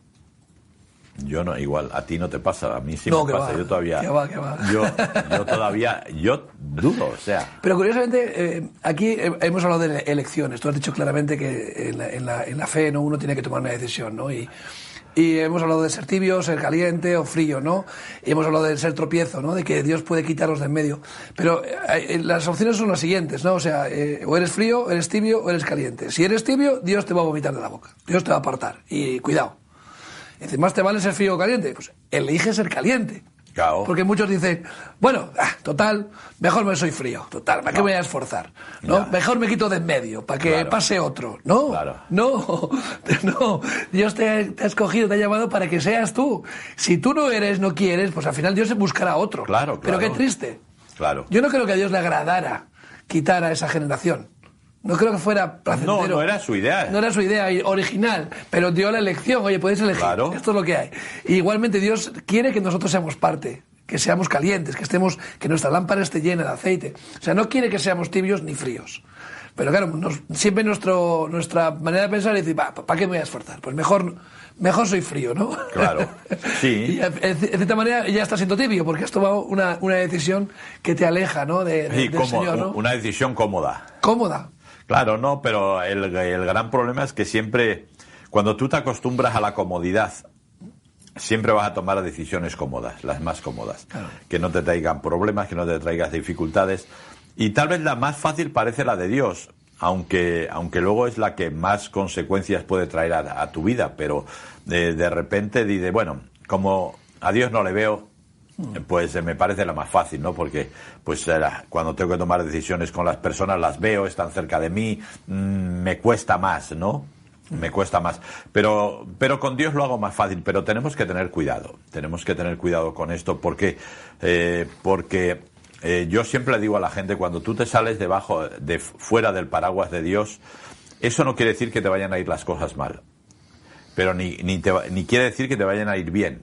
Simplemente lo que tú estás arriesgando en ese momento es que en el devenir de la vida, en las situaciones de la vida, te puede ir bien o te puede ir mal. Simplemente Dios no va a estar ahí. Va a estar ahí, pero no va a actuar, ¿no? Que es lo que cuenta ahí, porque con todo lo que cuenta el salmista de provocaron a Dios, rebeldes, no sé qué, no sé cuánto, aún así dice Dios los amó. Y estuvo con ellos y los defendió y venga y vamos a ver y otra y otra y otra. Y el salmista viene diciendo, y aún así le provocaron con sus tallas de madera, con sus tallas de esto, con sus holocaustos, con irse detrás de otros dioses, y aún así Dios siguió y siguió y siguió, ¿no? Y la verdad es que es alucinante pensar que Dios, que podía decir, pues mira, venga, que ya te he dado 100, 200, 300 oportunidades y no quieres, pues bueno, lo dejamos, ¿no? Dios siguió, y nosotros que conocemos la historia, ellos lógicamente no la conocían, pero nosotros que conocemos la historia, en ese salmo, Dios ya está preparando la última oportunidad. ¿Cuál era la última oportunidad? Enviar a Jesucristo. Dice, entonces despertó el Señor como quien duerme, como un valiente que grita excitado del vino, e hirió a sus enemigos por detrás, les dio perpetua afrenta. Dice, desechó la tienda de José, que es lo que hemos hablado antes, pasó, esta no, pasó a la siguiente. Dice, y no escogió a Efraín, sino que escogió la tribu de Judá, el monte de Sión, al cual amó. Edificó su santuario a manera de eminencia, como la tierra que cimentó para siempre. Eligió a David su siervo, claramente está hablando de Jesús. Sí. Y tomó de las majadas de las ovejas, de tras las paridas, lo trajo, para que apacentase a Jacob su pueblo y a Israel su heredad. Claro, está hablando de Jacob y de Israel, y nosotros que también somos Israel, injertado también junto con Jacob, ¿no? Y los apacentó conforme a la integridad de su corazón. Mirando el corazón, las intenciones, ¿verdad? Sí. Señor, mirando más allá de las apariencias, ¿no? Los pastoreó con la pericia de sus manos. Qué bonito, ¿no? Lo que tú dices, el plan de salvación. Sí. Dice, oye, tengo a través de vosotros, no os dais cuenta, no lo veis, pero yo tengo a través de Israel un plan de salvación. Sí, no, porque lógicamente por cómo Dios había diseñado las siguientes generaciones, tendría que haber sido Rubén, que era el mayor, y a través de Rubén haber venido, ¿no? Pero Dios da un vuelco fuerte. También la gente podía pensar, bueno, fíjate, José, que fue quien estuvo en Egipto, segundo después de Faraón, fue el que les trajo a la tierra de Zoán, donde ellos habitaron durante 400 años. De la que salen dos tribus, del que salen dos tribus. De ahí de José sale Efraín y Manasés. Eso es. Lógicamente, ahí Dios también hace el cambio entre Manasés y Efraín, pero aun con eso, dice, aunque parezca que esta es la generación donde yo continúo, que es José y Efraín, ¿verdad? Le voy a dar un cambio y voy a sacar de la tribu de Judá, voy a sacar al que va a ser, ¿no? Al que va a ser alguien conforme a mi corazón, y que de la simiente de David va a venir el Mesías, por fin. El Mesías. Es decir, es todo mirar, vosotros no entendéis, ¿no? Pero yo quise levantar un pueblo que fuera luz a las naciones, que fuera un ejemplo para todas las naciones, donde dependieran de Dios, donde clamaran a Dios, donde consultaran a Dios. No queréis, así que yo tengo que seguir a un plan siguiente. No es el plan B, pero un plan siguiente. Es decir, y el plan siguiente va a venir Jesucristo, y va primero a las ovejas perdidas de Israel, pero después voy a continuar con los gentiles, en lo que conocemos como la Eclesia o la Iglesia, ¿verdad? Injertados en el mismo olivo. Entonces, Dios dice, yo tengo que ir más allá. Y a veces creemos que Dios depende de nosotros. pero Dios no depende de nosotros. Ahí está. Dios nos ama, Dios nos quiere. Dios quiere que estemos en el plan, en el proyecto, pero si no quieres estar, no te preocupes porque el plan continúa. Ahí está. El plan tiene que continuar. ¿Por qué? Porque se juega mucho. Estamos hablando de millones de personas. Ya Jesús en Juan capítulo 17 ora y dice: Señor, no te pido solamente por estos, sino por los que han de creer por la palabra de estos. Estamos ya hablando de generaciones. Jesús lo dice ahí en Juan. Es decir, Dios dice, nos estamos jugando mucho, así que si quieres, yo quiero que estés. Podemos hablar en términos futbolísticos para que la gente lo entienda, ¿no? Dice, no, el jugador no es mayor que el club, ¿no? Claro. El club está por encima del jugador, claro, y no hay ningún miembro del club que esté por encima del club, ¿no? Entonces, podemos hablar lo mismo. Nosotros no estamos por encima del pueblo de Dios, somos parte y Dios nos quiere involucrar, pero Dios hemos visto que no mira los fuegos artificiales, no mira las apariencias, mira nuestro corazón, ¿no? Y aquí claramente termina diciendo, conforme a la integridad del corazón, la intención, ¿dónde está? Y al final nos hemos comparado con el pueblo de Dios que vivió unas circunstancias, por un lado terribles, por otro lado milagrosas, pero Dios al final siempre miró su corazón. Claro. Y la intención. Igualmente hoy estamos en otras circunstancias, quizás tengamos otro estilo de vida, y Dios nos pasa muchas por alto, pero en el fondo lo que Dios mira es nuestro corazón, ¿verdad?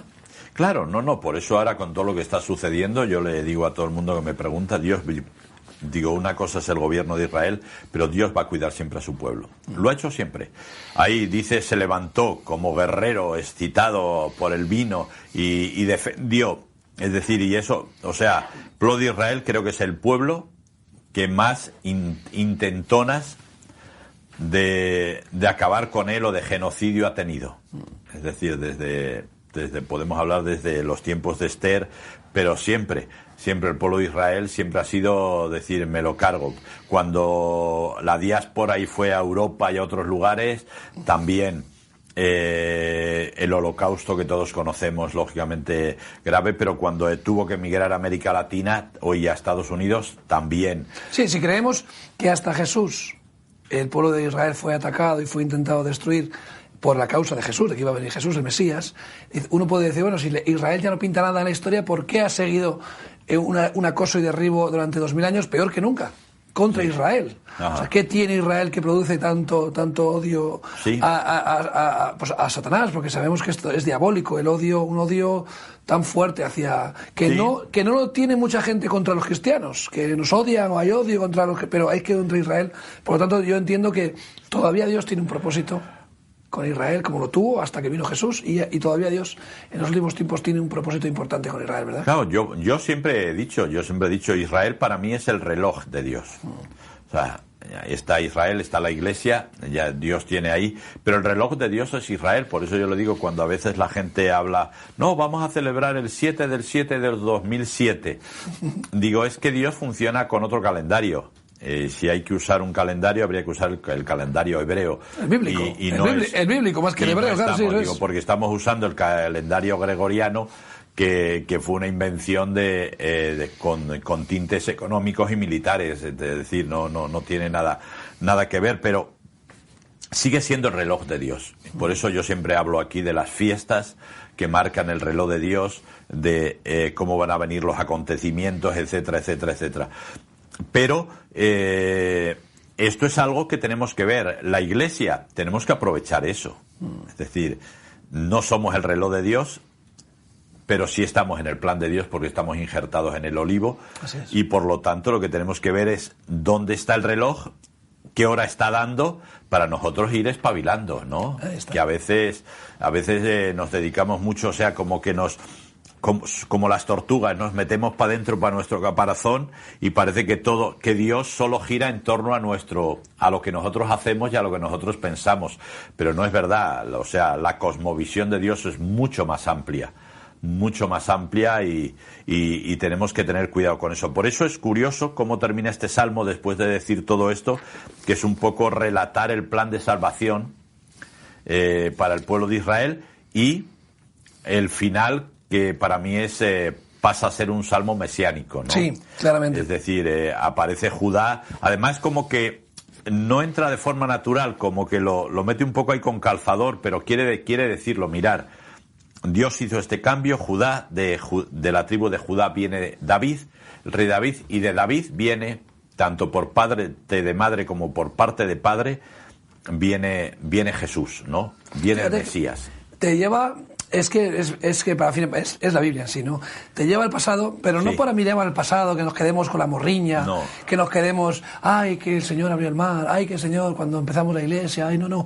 Te está llevando a mirar tú de dónde vienes, pero para que mires hacia el futuro. Claro. Está proyectando a lo que está por venir. En este caso, a Israel en aquella época tenían que mirar al futuro hacia el Mesías. Nosotros miramos al pasado para ver al Mesías que ya vino, pero tenemos que mirar también hacia adelante porque el Señor vuelve a venir. Claro. Entonces, el recorrido siempre es, mira de dónde vienes, lo que he hecho contigo, y proyéctate hacia el futuro. Mira hacia el futuro, ¿no?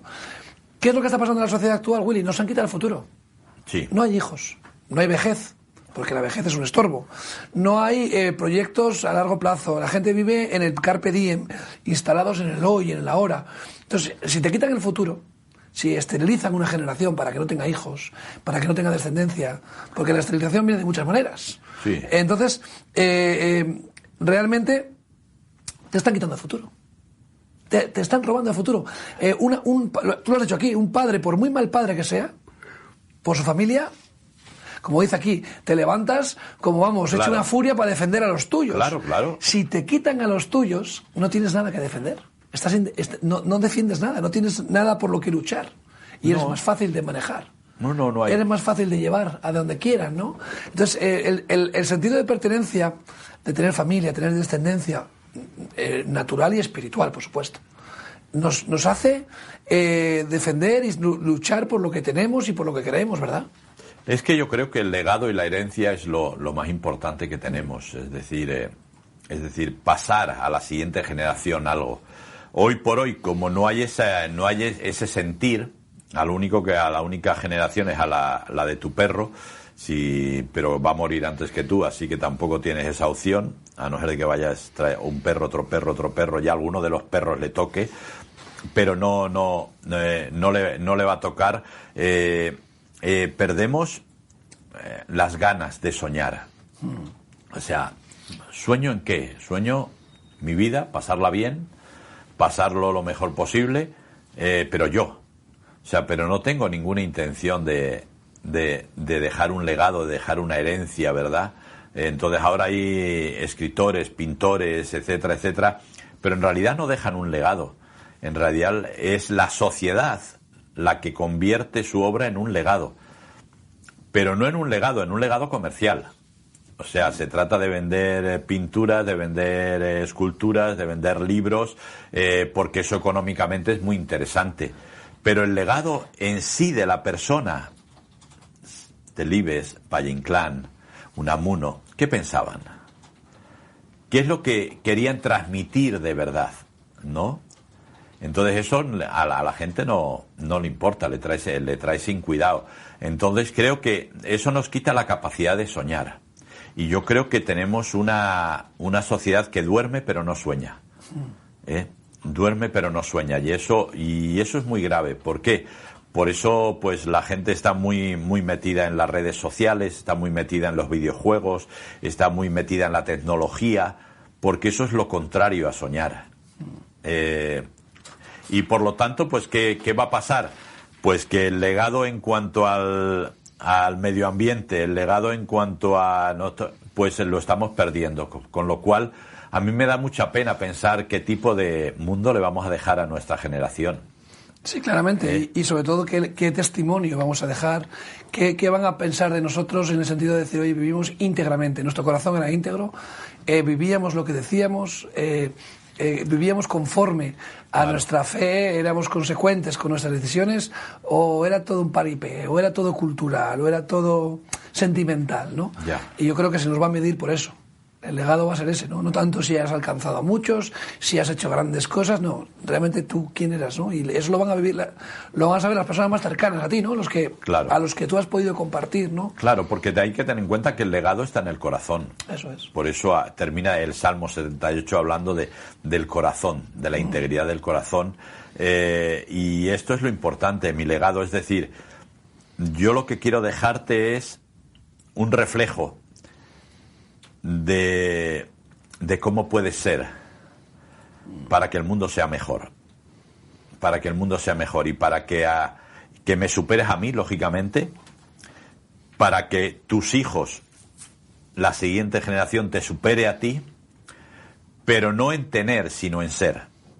Y yo creo que esta es la gran diferencia. Hoy en día lo que la sociedad entiende por legado es tener, ¿verdad? Y dejo dinero, y dejo esto, y dejo obras, y dejo no sé qué, no. Pero es ser. Es decir, necesitamos gente genuina. Como decíamos en nuestra época, gente legal. Que cuando dice sí es sí, no es no y amén es amén. Yo siempre recuerdo, vivía en Torrelavega, y iba a la feria de ganado de Torrelavega y había paisanos que compraban 3 vacas lecheras que valían un pastizal en aquel tiempo en pesetas. Se daban la mano, se escupían, se daban la mano, y eso era un contrato inamovible. Hoy en día vas al banco, firmas por triplicado, por cuadruplicado, y aún hay una letra pequeña que no has podido leer que te la va a jugar. Te la va a jugar, nunca sabes. Y bueno, pues todos conocemos lo de las preferentes y un montón de cosas que pasaron, cómo engañaron a la gente. Es decir, corazón, y en el corazón está el legado. O sea, el legado es ser y no tener. Así es. Willy, muchas gracias. Nada. Salmo 78, como termina diciendo el Salmo, dice que los pastoreó con la pericia de sus manos. Déjate pastorear por el Rey de Reyes, Señor de Señores, que es Jesucristo, porque de verdad que con sus manos vas a sentir el cariño, el amor que como nunca lo has sentido. Que Dios te bendiga y hasta pronto.